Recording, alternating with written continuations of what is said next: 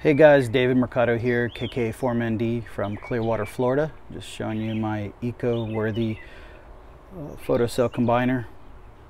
It's 6 inputs, 10 amps a piece. The 350 watt solar panels, 450 watts total. Plan to get additional 3. These are your circuit breakers. Goes in, and then to master cutoff switch here.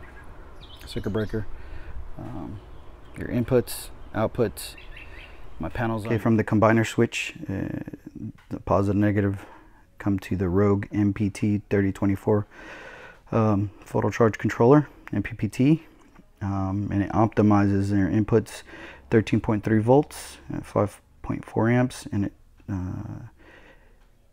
downgrades the voltage to 12.9, but it steps up your amps to 5.8. There you go. You can see it kind of optimizing it on the go to get the most amperage, charging our 12 volt array here. They're all in parallel. I'm in a metal cage here and a 3000 watt inverter that I run a small fridge and AC in the ham shack if I need to. And this is the shack. Little Yezu heaven here. Hope you enjoy.